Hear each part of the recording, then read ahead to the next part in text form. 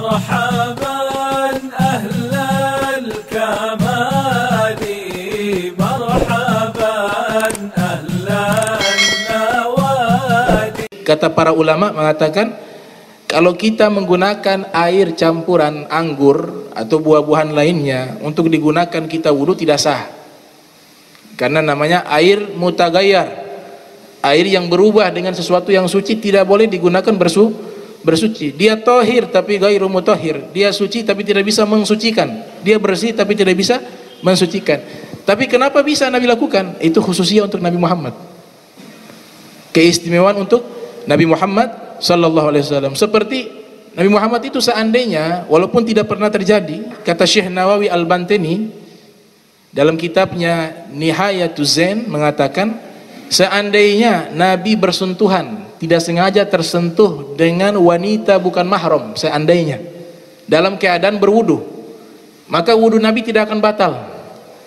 Khususnya ya, tidak akan batal. Dan kenyataannya memang Nabi tidak pernah menyentuh perempuan yang bukan mahram, seumur hidup tidak pernah. Ya, kata Sayyidatuna Aisyah, ma safahan nabiyyu sallallahu alaihi wasallam nisaa qat. Nabi sallallahu alaihi wasallam tidak pernah menyentuh wanita yang bukan mahram seumur hidup. Itu terjaga beliau sallallahu alaihi wasallam. Namun seandainya tersentuh gak batal, khusus untuk Nabi. Tapi kalau untuk kita batal. Nah, ini namanya hukum khususiyah. Sama seperti yang pernah saya ceritakan, ada seorang sahabat namanya Salim. Salim ini sudah dewasa, sudah tua, kemudian dijadikan anak susuan.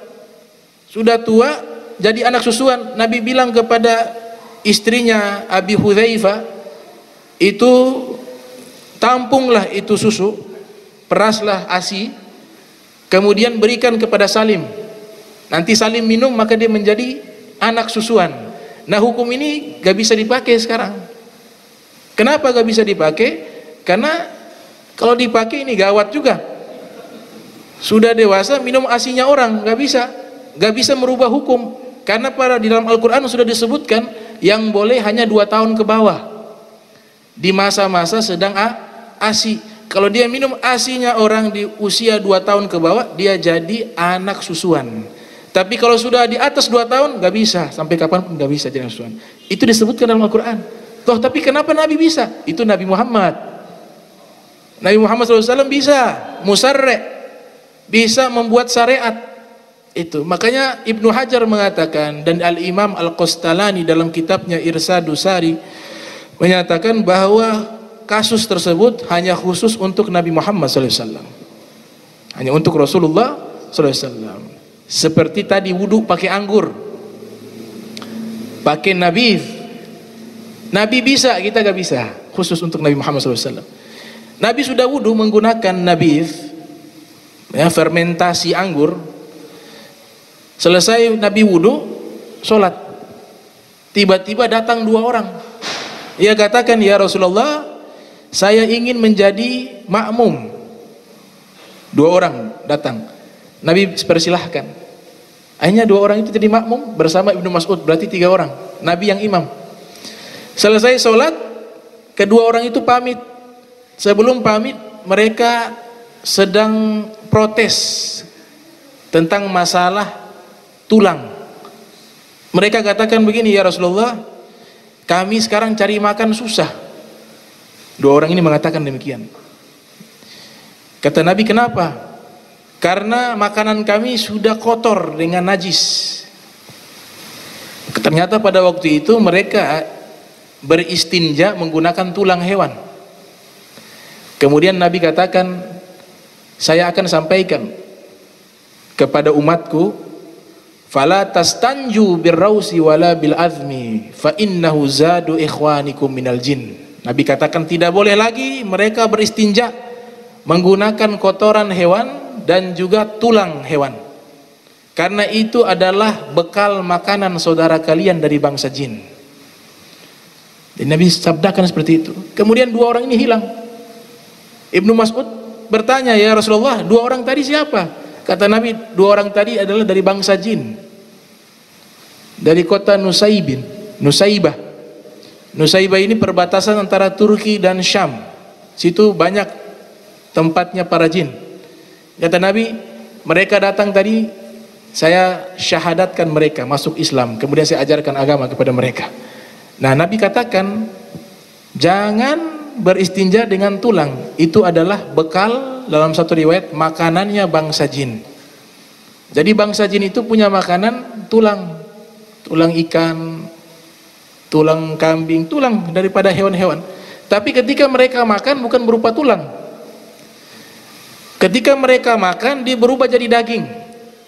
Makanya dalam hadis yang diriwayatkan oleh Al-Imam At-Tirmizi dalam kitabnya, lahir 209 Hijriah, meninggal 279 Hijriah, Nabi katakan kepada bangsa jin, lakum likulli azmin, kalian punya makanan seluruh tulang. Dzukira ismullah alaihi yaqa'u fi aidikum awfar ma yakunu lahma. Setiap tulang yang dibacakan nama Allah, bismillahirrahmanirrahim, kemudian kita buang, maka makanan itu akan jatuh di tangan jin-jin yang muslim. Dan tulang itu ketika dimakan oleh bangsa jin, dia berubah menjadi daging. Kata Nabi Muhammad SAW, lahma, jadi daging. Makanya kalau kita tidak membuang tulang tanpa mengucapkan bismillahirrahmanirrahim, maka yang akan makan jin-jin kafir. Nah, ini satu ilmu. Kita dapat pahala sedekah. Pahala sedekah. Nabi katakan likulli kabidin rotbatin ajrun. Ada sahabat bertanya, inna lana fil bahaim ajra? Hal inna lana fil bahaim ajra? Ya Rasulullah, apakah memberikan makan hewan dapat pahala? Nabi katakan likulli kabidin rotbatin ajrun. Setiap makhluk yang memiliki jiwa, memiliki hati yang basah, diberikan kepada mereka makanan atau apapun, dapat pahala. Itu hewan. Para ulama mengatakan wa kadzalika minal jin, juga dapat pahala sedekah jika diberikan kepada bangsa jin. Makanya kita bismillahirrahmanirrahim, itu tulang kita taruh di mana, itu mereka makan. Tulangnya gak hilang, tetap di situ. Kita taruh di situ, di tempat cucian. Kita baca bismillahirrahmanirrahim. Besok kita lihat masih ada tulang, memang tidak hilang, karena dia makan itu bukan tulangnya, dia makan daging. Itu bendanya masih ada, dan kita dihitung pahala kalau kita niat itu sedekah kepada bangsa jin yang baik, bangsa jin yang soleh, dapat pahala.